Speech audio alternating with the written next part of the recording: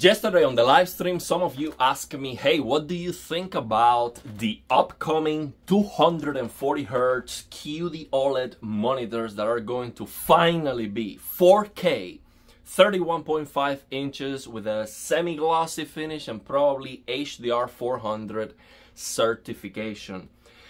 Of course, by itself, that's an amazing monitor. Okay, no question about that. But three problems I have with that monitor: price, TVs, and can you get 240 FPS delivered to that monitor?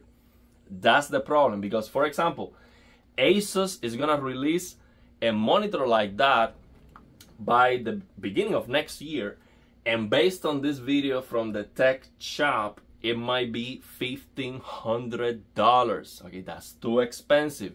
You can get a 55-inch TV, that's QDOLED, that's a lot bigger for less money than that, okay? And TVs have more settings, more features, and smart TV functionalities, okay? We're talking about things like low latency motion interpolation with Samsung. That's very important for gaming, because at the end of the day, you get a 240 Hz monitor and you're playing on Unreal Engine 5 games again, and you're struggling to get 60 frames per second. Okay, so now you have low latency motion interpolation. You go from 60 to 120, and it looks much better. These monitors have no features, okay, no settings. Probably you turn on HDR, you cannot do anything with a picture. No tone mapping options. Hopefully, the monitor adjusts the tone mapping depending on the content, okay, and it responds to the content, but you don't know that. See, that's the problem with this. It's just too expensive, and by the time this monitor comes out, probably we're going to have the S95C deeply discounted, cheaper than the monitor, okay, and the S95C has a higher peak brightness, okay. It has a much higher peak brightness. It's gonna have about the same full screen brightness, but a bunch more features. Okay, it calibrates better, and that's the problem I see with this. Okay, and right now you can get an S95B for like $1,000, and yes, it's not 240 Hz. It's a first generation QD-OLED, but the brightness is about the same. Okay, S95B is about the same peak brightness as this monitor. It's gonna be like 1,000 nits. This monitor. Okay, it's not gonna have the same full screen brightness, but pretty close. So ask yourself, can I get 240 FPS on the games that I play with the PC that I have? Let's say that NVIDIA releases the 5090, okay? Or NVIDIA releases frame generation 2.0. And now, instead of doubling the frame rate, they quadruple the frame rate, which they can easily do, okay? TVs do that. So there's no reason for NVIDIA to not be able to do that. Now, of course, they are working to keep the latency under control and to keep the picture quality so it is as good as possible, but that's totally possible. So if they do that, and now you know, okay, out of 60 FPS, I can get 240 in all the games that support this feature, and those are the games that I play, absolutely. So basically, if you know for sure you can get 240 FPS in most games with your current system, get this. But if you're going from 100 to 144 frames, get a TV. It's a bigger screen size. There's absolutely no reason, if you care about gaming and just enjoying high quality content, the bigger the better. There is zero reason to be concerned about web browsing. You don't need to web browse with high picture quality. You can just get a cheap office monitor or any LCD monitor just for web browsing. It doesn't matter. Who is gonna... That's the argument, that I need a smaller screen size because I cannot do web browsing on a huge TV. Why should you care about a high quality display for web browsing? It doesn't matter. So if you care about gaming, the bigger the better. No, it's just, there's no discussion with that. No, I don't have space on my desk. Make the space. Okay, I understand, you know, maybe 83 inches or something like that, 77 inch, but 55 inch, it should be doable for everybody, basically. So that's my recommendation, man. 3 things: price, TVs, and can you get 240 FPS? Very simple. We don't know how good the calibration of the monitor is gonna be. It might be very good. Asus actually fixed the accuracy of one of their WRGB monitors recently with a firmware update, so they care about this stuff. They have a good reputation of making a high quality product. It's gonna have a custom heatsink. It might be a very good monitor, okay, with good accuracy out of the box, maybe acceptable, at least that you cannot notice the difference, so you don't have any crushing near black. It is not over tracking the EOTF or something like that. It might be very good. Now, I am not a big fan. The other problem is the screen coating, the way the screen looks, okay, because it's gonna have a semi-glossy finish but with an anti-reflective surface treatment, and you get the worst of both worlds. You get the reflections because it's a glossy finish, and now you get the diffuse lighting at the same time. Me personally, I saw the Alienware QDOLED on the store, and I thought that was a matte finish, okay, because what I saw was one of the worst screen coatings I've seen on any TV. I mean, even the A95K and the S95B look better to me in terms of the screen, of the surface, how the screen looks when you have a black screen. And it is so important because under any lighting conditions, that's going to affect the contrast, and we know that the QDOLED lights up under lighting conditions. So I'm not a big fan of QDOLED because of that, but you do get a better color saturation, a wider color gamut. You know, that HDR impact is there.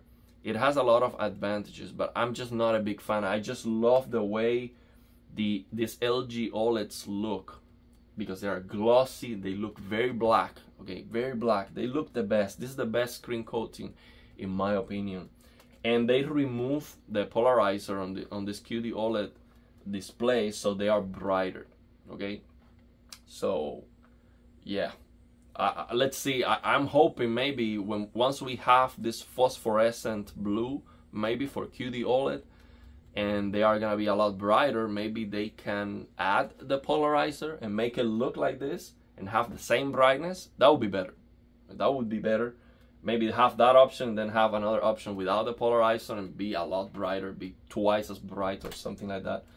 So yeah, that's my take on the finish. The way the screen looks is glossy, but it's semi-glossy. Don't think about glossy.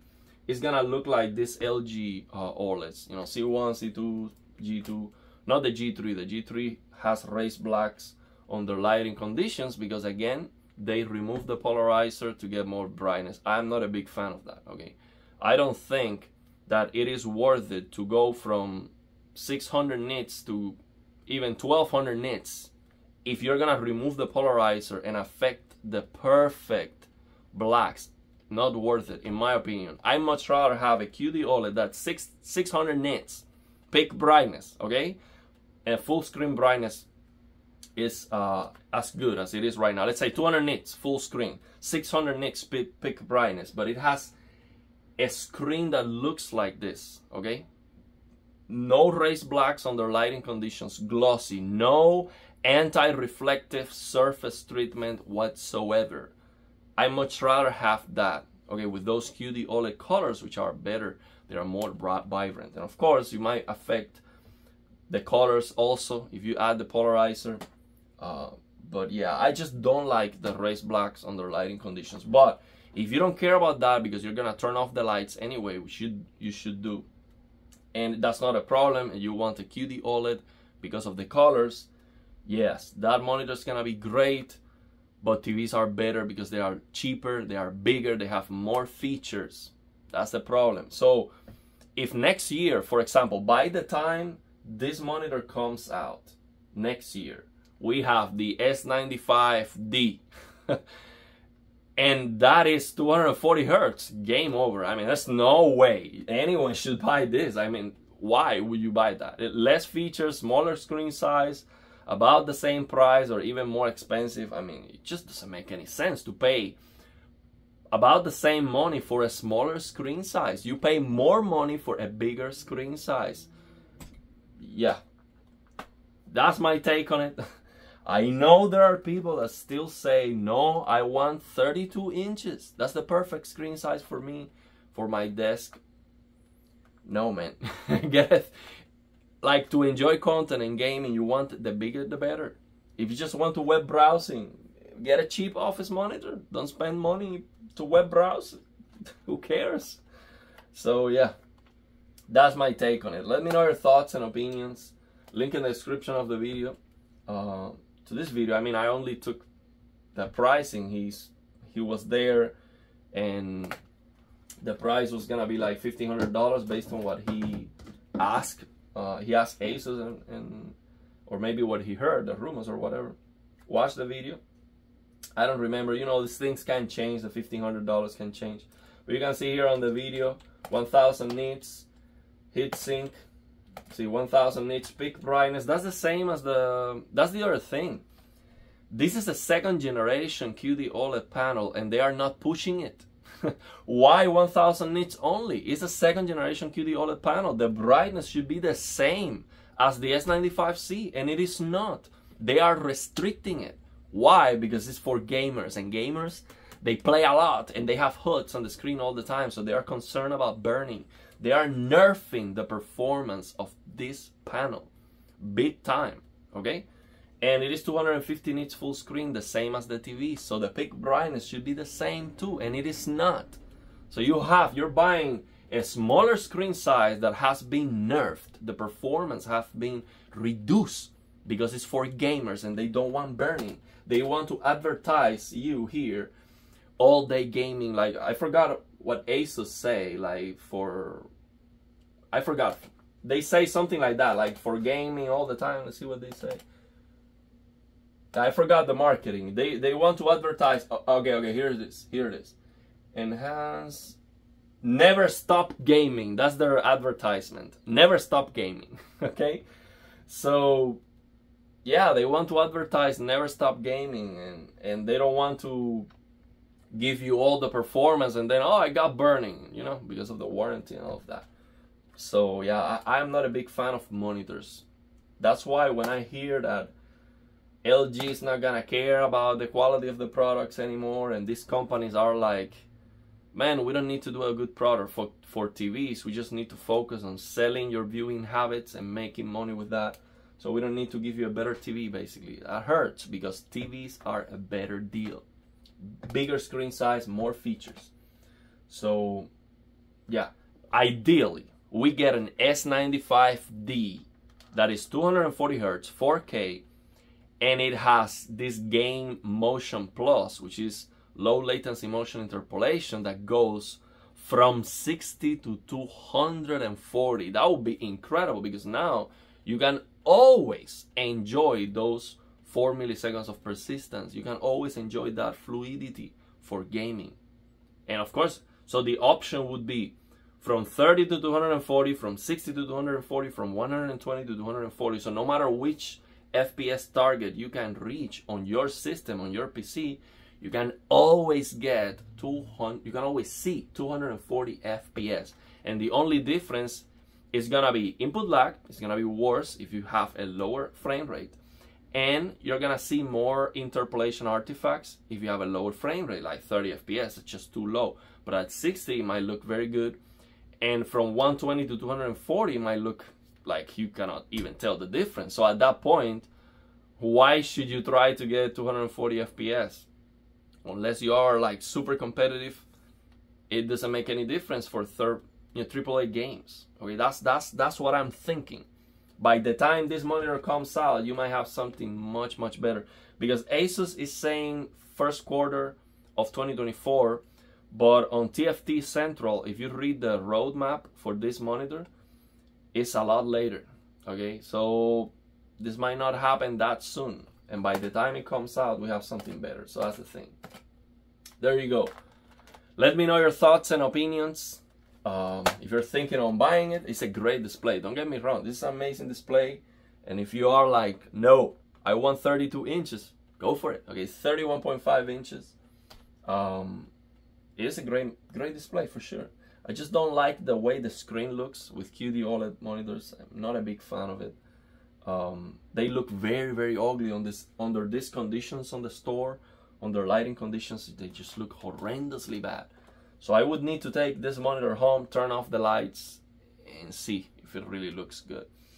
And about the tone mapping, I wouldn't be that concerned anymore because we have these Lilium shaders on the PC. We can change the tone mapping in case that the monitor, it is not auto-detecting the max CLL of the games and changing the tone mapping accordingly. I don't care. I just need to figure out what's the clipping point, and I would just use the Lilium HDR tone mapping shader to get the best HDR on every game. And I wouldn't care about not having the HDR options that much anymore because of those shaders. You can fix the black level, so you don't need to have black level control on the monitor anymore, thanks to these Lilium HDR shaders. So that definitely opens my mind to think about a product like a monitor that doesn't have any settings. But yeah, for me to go to a smaller screen size, it has to be extremely good. It just has to be something that, I mean, if this monitor has like black frame insertion at 240, so it looks like 480 or even more, and it's pushing all the brightness, all the performance, and it is not. The performance is being nerfed, so I'm not getting it for sure. No. But let me know, what do you think? Your thoughts and opinions, and if you have any questions.